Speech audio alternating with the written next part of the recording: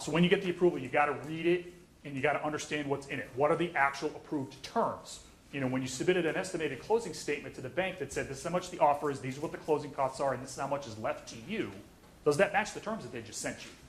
If not, you basically got a counteroffer in the form of an approval letter. And if it's off by a little bit, it's probably because they didn't approve some of the closing costs, and if they didn't already tell you, you have to reach back out and figure out, okay, I see this is off, why are we off? Again, this is something that we do, this this is is really, stuff that we do. this is something that we will take care So of. what commission was approved? What seller closing costs were approved? Was there a buyer's closing cost credit? Was that approved? Did they waive collection of the deficiency? It's got to be in writing in the approval letter or it doesn't exist. If theirs just says that we approve this to release our lien, that's not a waiver of deficiency, that's just releasing the lien. The balance is still collectible unless they said specifically that it's not. What is the closing deadline? May not and usually is not what you had on the contract for a closing date. It's whatever their policies were, 30 days, 45 days, sometimes 60 days. But most of the time it's 30 or 45 days that they initially give you. Approval docs might need to be signed and sent back to the bank before closing.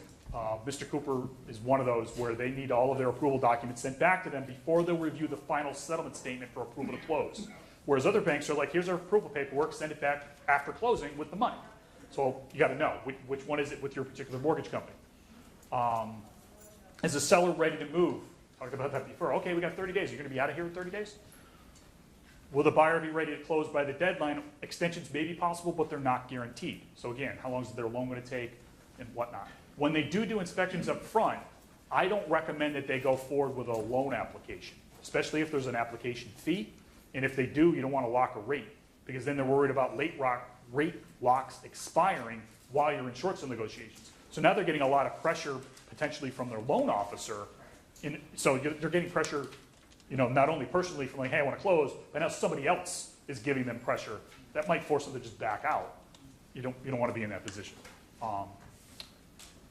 Has the property been winterized? Does it need to be unwinterized? So, you know, now we have approval.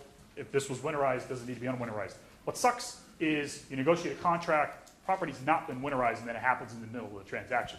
Nobody, when you went to contract, was expecting it. You may not have even discussed the possibility of it. But now it's the situation. What are we going to do about it? No use scheduling the inspection if you haven't already figured out who's going to unwinterize it.